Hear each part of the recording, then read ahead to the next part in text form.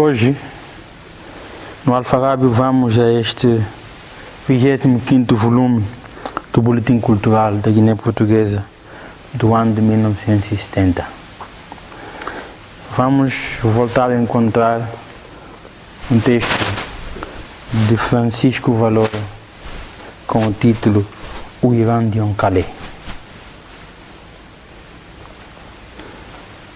Noite de junho, vento ciclônico persistente soprava das bandas do mar de Bambaia. Era tempo de tornados.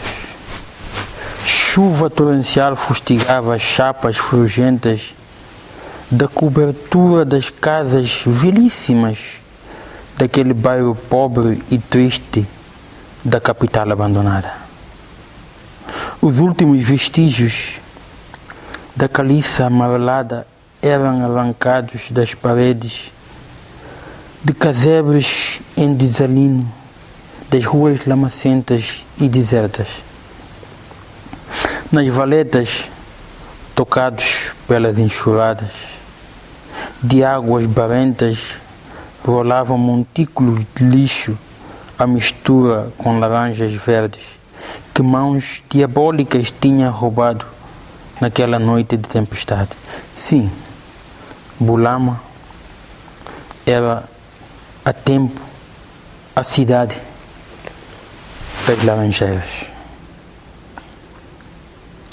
Um silvo vibrante de sereia ecoou no espaço, indo perder-se nas águas revoltas do canal da Junqueira. A central elétrica dava a tradicional horário das 21. Entretanto, gente laboriosa e simples do Intacha,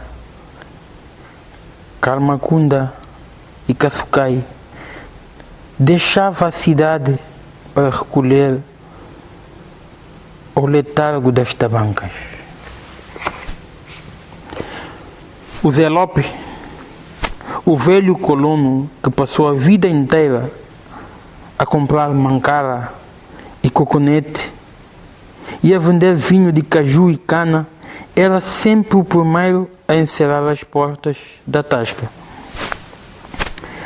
Mas, mesmo assim, deparava com alguns problemas, porque os remadores manjacos da capitania bebiam sem conta nem medida, e depois os chamidos recusavam-se a pagar. O Zé Lopes, sem perder a calma, gritava então: "Ó capitanias, chamiduras de uma figa, toca a dar o fora, vem aí a segurança." No dia seguinte, andava o cabo do mar, o Cabanita, às voltas com a marujada para lhes cobrar as dívidas do Zé Lopes, que nunca perdia a transação. No posto da polícia, o chefe acabou de transmitir ao seu pessoal as instruções da praxe. Ouviram-se vozes de sentido: direita a volver. E os guardas da segurança, ocultando as armas sob as capas negras de oleado, seguiram para a faina noturna, missão ingrata e difícil em tempos de tempestade. O público da velha Bulama dormia tranquilo por confiar no guarda, que dia e noite, chuva e sol, velava pelos seus haveres. Entretanto, aos mesmos agentes da ordem penalizava-os uma certeza amarga: havia na ilha quem não tivesse pela polícia a consideração que tinha jus. Habitantes da cidade, felizmente em número reduzido, só viam no guarda um instrumento de repressão. O homem que bate multa e prende. E não queriam ver nele o homem que enfrenta o perigo, que em noites invérnias, fustigado pela chuva, atolado no lodo, dava caça a quadrilhas ousadas que saqueavam tabancas. Prestava os primeiros socorros às vítimas de qualquer calamidade. E ainda o herói obscuro que, por vezes, com o risco da própria vida, arrancou das águas do canal crianças com a vida presa por um fio. Porém, isso nada interessava. O que era necessário era apocá-los, apontar-lhes as mais ligeiras falhas, quando no final as críticas mais pungentes partiam sempre de elementos suspeitos. Em Bulama, em Chaves ou em Luanda, a missão do agente da autoridade, seja Fula, Transmontano ou Quimbundo, é sempre nobre, mas não podemos deixar de aceitar que é muito ingrata. Compara-se a missão à do minério, cujo serviço é tão penoso como obscuro. O guarda anima-o desejo de bem servir, porque ao fim e ao cabo todo agente consciente reconhece que não é mais nem menos que um voluntário ao serviço da ordem e da pátria. No gabinete de trabalho do posto policial, o chefe incitava a leitura do único periódico diário da província, o Arauto. Aquele modesto jornal, ao tempo, levava diariamente a todos os recantos da Guiné as notícias mais recentes da província, da metrópole e do mundo. O Arauto fazia parte dos momentos recreativos das gentes da Guiné, para quem a sua falta muito se fez sentir. Em dado momento, uma ordenança unido aos tacões em correta posição de sentido anunciou a presença de uma senhora que pretendia apresentar uma queixa. Verificou o agente tratar-se de uma senhora de grande reputação, a qual, muito nervosa e entre soluços, falou com dificuldade. Senhor chefe, acuda-me por favor que não posso mais. Pouco depois, mais calma, continuou. Ontem, talvez a estas horas, ao passar da varanda para a casa de banho, uma saraivada de pedras caiu junto de mim. E a poucos momentos, uma garrafa atirada de longe ia me vitimando. Não compreendo, prosseguiu a senhora. Não me posso conformar com tão grande selvageria. Eu só tenho feito bem a toda a gente. De facto tem razão, minha senhora, concordou o agente. Mas infelizmente há gente de má índole em toda a parte. Por acaso não reparou de onde provinham as pedras ou as garrafas? De diversos sítios. Podiam ter sido atiradas, respondeu a queixosa, de cima de uns coqueiros próximos, de um barracão de zinco ou até do tarafo à beira do rio. Olhe, senhor chefe, lembrei-me agora de um pormenor. A minha criada, uma rapariga angolana, por sinal muito perfeita e bonita, namora um rapaz carpinteiro cá de Bulama.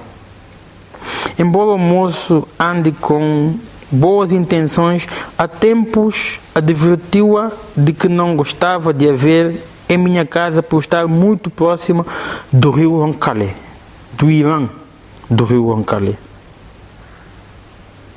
Não terá sido um pretexto para afastar da minha casa e ficar mais à vontade? Embora a opinião da queixosa não fosse de todo inaceitável, o chefe convenceu-a a pôr de parte essa versão porque conhecia o rapaz José Correia.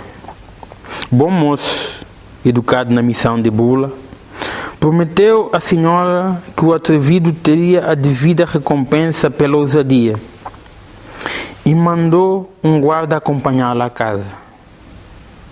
Reuniu o piquete, composto apenas por 6 guardas, comandados pelo cabo 68, Demba Paldé, que seguiu para a rua João Crioulo.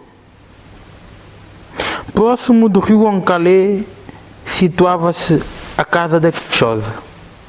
Trata-se de um edifício de dois pisos, em arquitetura moderna, mandado construir pelo antigo colono Pinho Brandão, conhecido como o Rei do Arroz de Tombali. O prédio tinha 2 moradias, uma habitada pela queixosa e seu marido, a outra por um respeitável funcionário dos CTTs e sua família. Em volta do edifício tinha-se juntado multidão ruidosa, levada pela notícia que se tinha propagado em toda a cidade. Afastados os populares, cercado o prédio, o chefe da segurança subiu à varanda, onde verificou a veracidade da ocorrência. No pavimento de cimento, além das pedras de tamanho regular e dos vidros da garrafa, foi recolhido um pequeno trapo amarrotado e sujo de petróleo. Pelo tamanho das pedras e peso da garrafa, podia adivinhar-se que o arremesso não fora feito de grande distância. Transmitidas as instruções aos guardas, foi mandado um para a varanda a pedido da queixosa. O chefe regressou ao seu posto. Ao examinar o trapo amarrotado, embora soubesse ter achado o fio à meada, não duvidava estar em presença de caso difícil. Mal abrira o livro de ocorrências quando o guarda-fula, o 43 Chapa Baldé, coberto de suor, um tanto ou quanto apavorado, a custo, vociferou: chefe, caíram novamente pedras no telhado, no balcão, na rua e na minha cabeça. E mostrava com um indicador pequeno e quimoso no frontal. Não vimos ninguém, continuou o guarda, agora um pouco mais calmo. Ali anda coisa má, segundo disse a Nhamina, mulher grande, mulher idosa e responsável, queria ele dizer, e muito entendida nessas coisas. Aquele serviço não era coisa de pecador. Pois bem, 43, advertiu o chefe, fingindo não ter percebido o guarda quando empregou a palavra pecador, que é todo o ser humano, fica sabendo que o autor desta proeza sem graça é pecador e grande. Só assim se justifica o seu criminoso procedimento. Pode também tratar-se de louco, como aquele que tivemos de capturar na Areia Branca, ou ainda um garoto atrevido que quer divertir-se à nossa custa. Compreendes agora? 43. Meu chefe, insistiu o guarda. Pois bem, amanhã na instrução vamos tentar esclarecer o assunto. A tempestade amainou. No local da ocorrência, o espetáculo era confuso. Homens, mulheres e até o garotinho saltavam e gritavam em volta do prédio de modo estranho. No interior das casas próximas, através das janelas de vidro, viam-se velas acesas. Alguns guardas atônicos aglomeraram-se em volta do chefe, que em vão os mandava cercar a casa. Do interior partiam gritos de socorro, enquanto a criada angolana desmaiou, soltando gritos selváticos. Um europeu de pistola em punho disparava para cima de coqueiros próximos e para as mangueiras. Entretanto, as pedras caíam nas janelas, nos telhados e na rua, tendo uma delas atingido o Jacinto, pobre alegre, que gritava e corria sem rumo certo. Já ninguém acreditava que ali não andasse arte diabólica.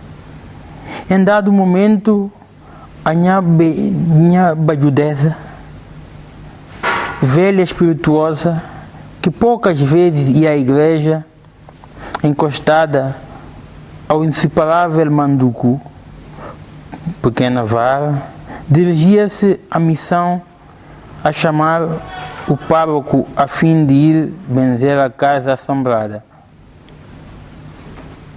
Afinal, não o encontrou, porque ele estava bem perto do local a fumar nervosamente enquanto assistia àquela cena inédita na velha capital. Realmente aquele caso despertava o maior interesse na medida em que imagens reais contrastavam com o poder da imaginação de autores de clássicas novelas policiais. 1h da madrugada, chuva inquietante, atiçada pelo vento sul, fustigava mais uma vez os guardas de segurança que encharcados se recolhiam de novo debaixo das beiras dos telhados. O chefe, por mais voltas que desse ao miolo, não conseguia encontrar saída daquele labirinto onde deveres do ofício o haviam metido. As pedras cessaram, a chuva amainou. Um estampido formidável abalou a terra. Um raio despedaçou gigantesco poilão na outra banda do canal, na ponta da casa nova. Alguns populares envoltos nas suas capas continuavam no local, por não acreditarem no Irã do rio Ancalé. Momentos depois, a atenção do chefe prendeu-se a um garoto que vaporou das mãos, gritava junto ao tarafo: "Fujam!" que o Irã voltou. Alguns populares, pelo sim e pelo não, foram se afastando. O menor era o Armandinho Pessis, o conhecido criado do chefe dos CTTs, por quem os patrões tinham muita estima, porque realmente o catraio era vivo e cativante. O chefe da segurança, depois de se ter certificado que o menor pernoitava fora, deu as diligências por terminadas e aconselhou a queixosa a dormir tranquila, garantindo-lhe que o dia seguinte apresentaria o autor da comédia. Seria realmente uma partida do Armandinho para mais tarde ser contada na sua terra, na romântica ilha de Jeta, chão de Manjaco. Se tal acontecesse, o autor da façanha entre os seus parentes seria considerado herói. Quem sabe, se influenciado pela crença no Irã, crença que em tempos recuados tanta preocupação causou às autoridades administrativas dos vários setores da província, devido aos crimes sórdidos perpetrados de quando em quando ocultadas no mato imenso. Tal hipótese teve de ser posta de parte em virtude do Armandinho ser ainda criança. O objetivo principal, nada fácil, era descobrir a proveniência do trapo encontrado junto à garrafa arremessada à queixosa. Na manhã seguinte, foram efetuadas buscas e mais buscas. Na casa do patrão do menor suspeito, foi encontrada uma toalha sem um pedaço de pano. Dias antes, o Armandinho tinha-o cortado para limpar um candeeiro de petróleo.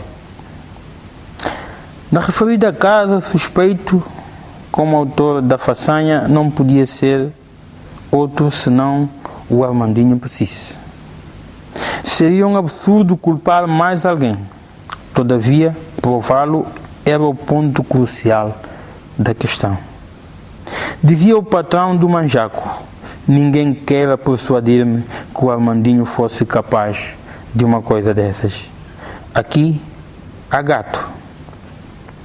Quanto à patroa, Deus do céu, exaltou-se a ponto de não admitir que se dissesse tal coisa.